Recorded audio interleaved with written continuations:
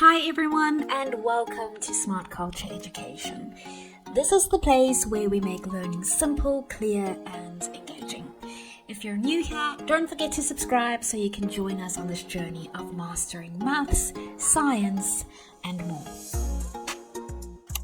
Let's take a look at this example question from the 2023 past paper.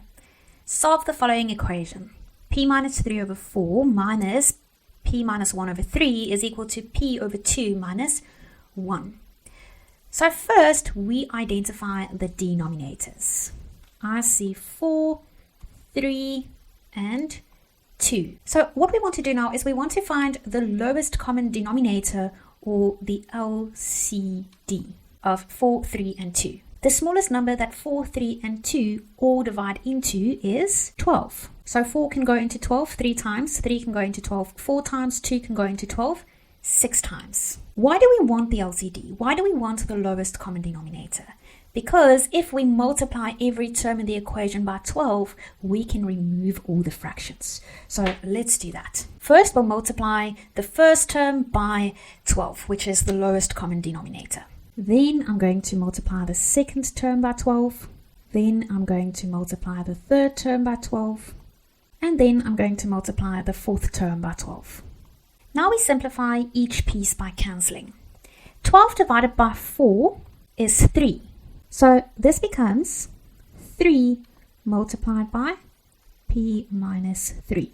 12 divided by 3 is 4, so this becomes 4 multiplied by P minus 1. 12 divided by 2 is equal to 6, so this becomes 6 multiplied by P, and 12 times 1 is equal to 12, so this becomes minus 12.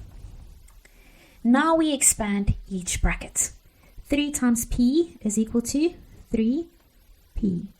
3 times negative 3 is equal to negative 9. Negative 4 times P is equal to negative 4P. Negative 4 times negative 1 is equal to positive 4. 6 times P is equal to 6P. The next thing that we'll do is we'll combine the like terms. 3P, negative 4P, and 6P are like terms, and negative 9, positive 4, and negative 12, they are all constants. 3P minus 4P is equal to negative 1P, so it's negative P. Negative 9 plus 4 is equal to negative 5. And on this side, we still have 6P minus 12.